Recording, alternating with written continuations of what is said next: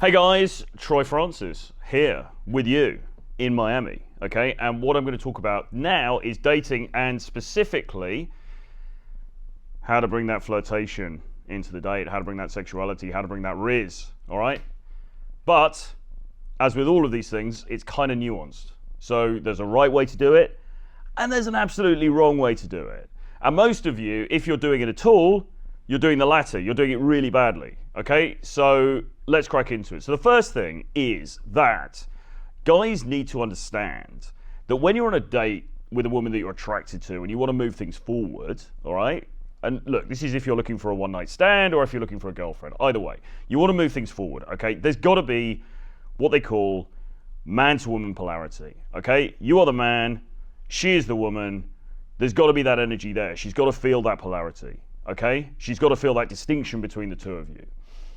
Too often, guys will go on dates and they're too friendly, all right? So they sit down and they have a very nice conversation. They get to know one another, okay? But it's in a very sort of bland, beige, vanilla way.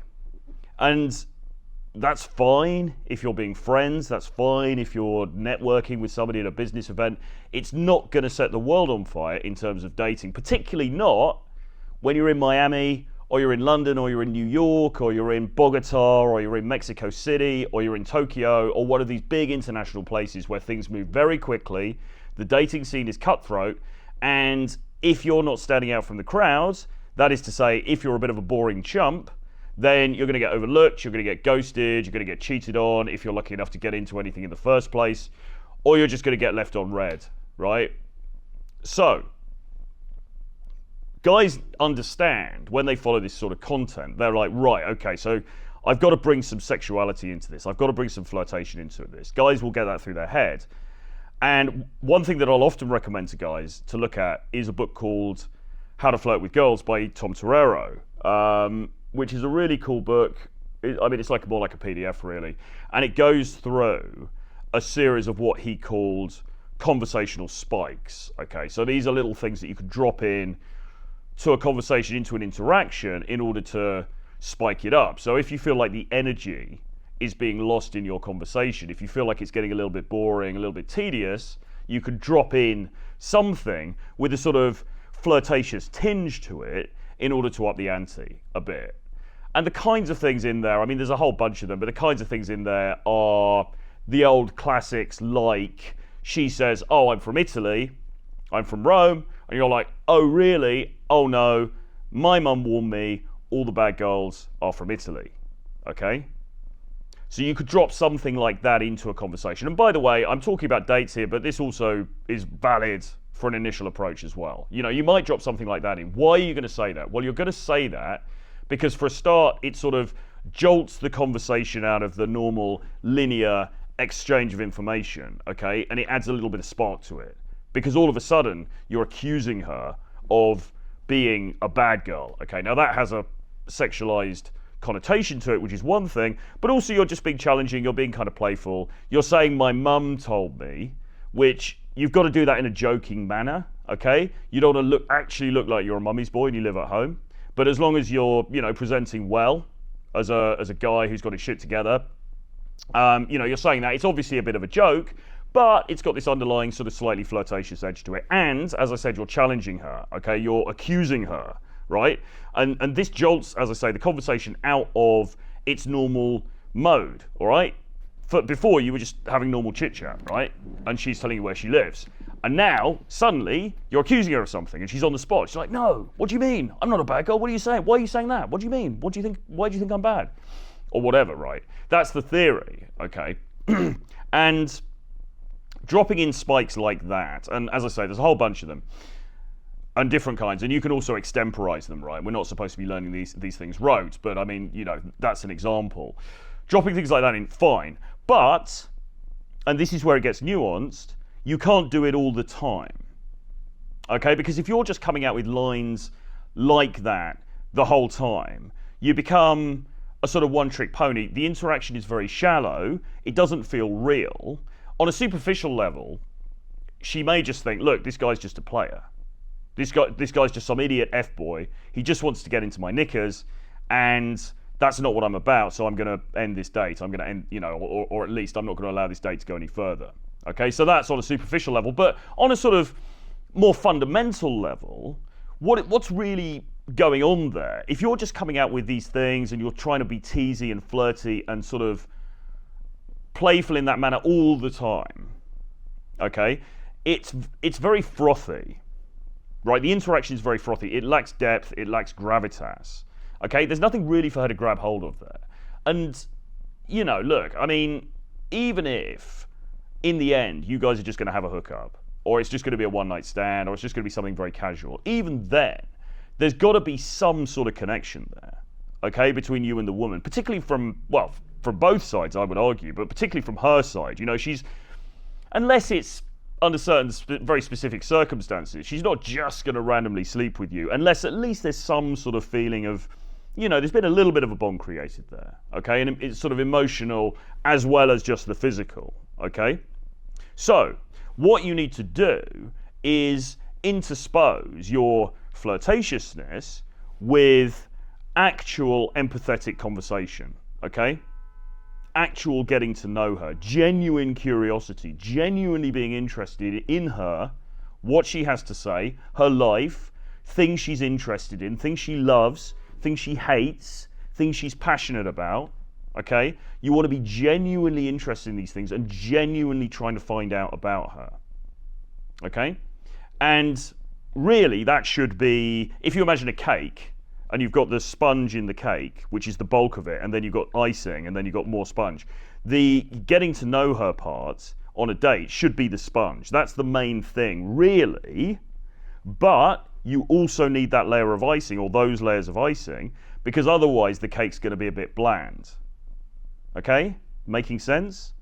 So a date is, yes, there is an exchange of information. Yes, it is about getting to know her on a deeper level and showing genuine interest, genuine curiosity in her as a human being, not just as some kind of sexual object, because you actually, you find her physically attractive, you like her body, but maybe you kind of like her mind as well. Maybe you want to find out more about her. Maybe on this brief sojourn that we have on this weird little planet that's spinning around through space, it's kind of quite nice to connect with another human being on an intellectual level. So there's all of that going on. But equally, you've got to remind her why you're there in the first place, which is because it's man to woman, okay? You've got to do both of the things. Now, it's an art form rather than a science about how you do this, okay? And I've been working with guys recently who will push it either too far this way or too far that way. So they're either too flirty, and then the girl kind of just goes, you know what? I'm not really into this. This guy's just an idiot. There's not really any depth here. Sod it. On to the next one. Okay, that can happen. But equally, if you're all sponge and you've got no icing, then the girl can be like, well, he's a good guy, nice guy, interesting, decent conversation, whatever. I'm not really feeling the tingles. I'm not really like massively feeling this. So, do you know what? I'm going to pass on him and I'm going to go back to Hinge or Bumble or Tinder or whatever it is. Okay? So you need to have both. And there's no magic formula that I can give you, I'm afraid, to tell you exactly how to do it or exactly in what proportions each should be, because it has to be calibrated.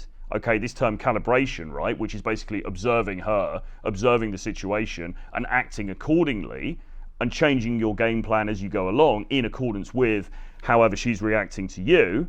Okay, you need to be very mindful as you're on the date of where you are and whether you're doing too much of one thing or too much of the other thing, and then course correcting, okay? So it's fine to get into a deeper sort of part of the conversation where you're talking about her family or her ambition or her career or her things that happened to her when she was a child, whatever, right? It's absolutely fine to get into that stuff and to be genuinely interested in that stuff, okay? But, and Tom Torero actually used to talk about what he called conversational quicksand. If you go into it and it starts to become a little bit rote, or it starts to become a little bit mechanical or boring, or you just sense, do you know what, it's great we're talking about this, but the whole date is now being sort of taken over by this particular subject, and what are we actually here for? Well, really we're here to flirt and hopefully hook up. Then you need to then pull it back. So you might just sort of look at her and say, oh, you know what? While you were talking, I couldn't help notice your eyes look fucking amazing today. They really do. And then maybe you pull her close and go in for a kiss or something like that. Right. I mean, it's going to, as I say, it's going to differ depending on the circumstances. But you throw in that emotional spike, you bring it back to what it's actually about, which is a man-to-woman interaction. So it's like, kind of like juggling, I suppose. I mean, you've got to keep both balls, not those balls, you've got to keep both balls in the air at the same time. And as I say, there's no real template for how to do this, but it certainly becomes easier over time and with practice. But if you're at the beginning of learning about this stuff, what you have to, the first thing really is understanding. The first thing is understanding what is necessary. Understand that these two components are necessary, they both have to be present, and understand that they have to be interpolated throughout the date, all right? So you've got the sponge, the deep rapport, the conversation, the deep empathy, and then you've got the icing, which is the flirtation, which is the sexualization, okay? And you flip between one and the other. And really the date for her should be a very pleasurable experience because she gets to talk about herself a lot, okay? And we all like to talk about ourselves. Women love to talk about themselves. So she gets to talk about herself and she gets to be seen, which is a kind of modern, new agey sort of psychotherapy type or cod psychology type term. You know, she gets to be seen by another human being, you, but also it's in the overall context of the fact that you're attracted to her, right? Because women also love to feel desired, okay?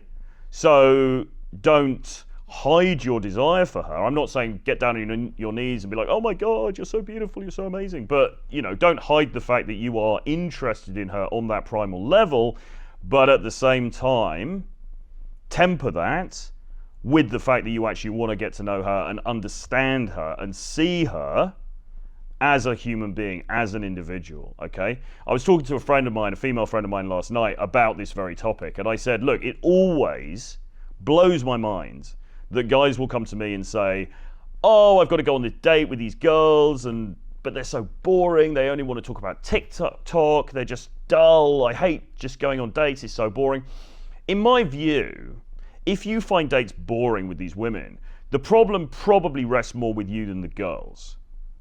Okay, and I'm not like white knighting here. I'm not claiming that all these girls are like amazing conversationalists or, you know, whatever. But she is a human being. Okay, she is an individual. She has a life history. She has a background. She has passion. She has ideas. She has a way of seeing the world that is different to yours. And if you've got no interest in that at all, then quite frankly, maybe you are a bit shallow, and maybe you deserve to get blown out. You know what I'm saying? Because even just, and look, a client of mine said, I'm worried because I feel like if I show too much interest in some of these things, it's going to come off like I want a long-term relationship, and that's not really what I'm about. And I said to him, look, it shouldn't, right? It shouldn't, because when I'm on a date with somebody, okay, for the course of that date, whether it lasts 90 minutes, 2 hours, whatever it is, for the course of that date, it's almost like we're on our own bubble, and I'm completely transfixed by her. My attention is solely on her, okay? It's almost like, I feel like every time I go on a date, I kind of fall in love with that woman. You know, even if it's only for that short period of time.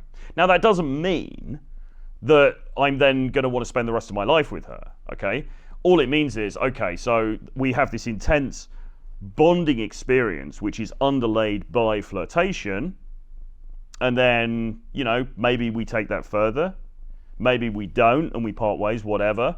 Whether that then becomes a relationship or not, that is to say a longer term relationship in the outside world that goes on temporally longer in our lives, is another matter. That's a decision for later on. But in the moment of the date, you've got to be entirely fixated on her, okay? You've got to show that interest, but you've also got to show that desire. You've got to keep bringing it back to the context of this is a man-to-woman date, which, you know, is underpinned by the fact that I'm attracted to you, okay? So it's very nuanced, and some guys who come to this stuff are quite literal-minded, and they find it quite difficult to deal with nuance, but you're going to have to learn, because the dating game is primarily a game of emotions, okay? It's not a game of logic, it's a game of emotions. We're talking about triggering emotion here, all right?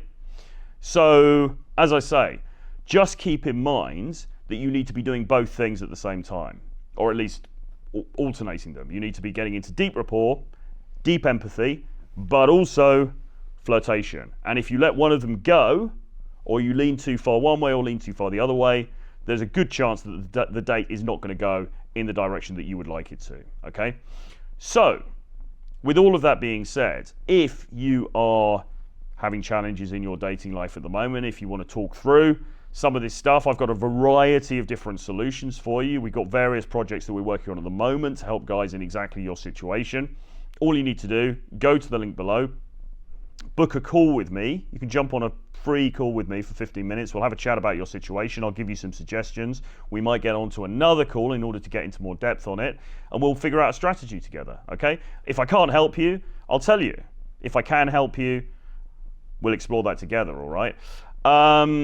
So hit the link below and book a call with me on my calendar, or you can just drop me an email, troy@realtroyfrancis.com, okay?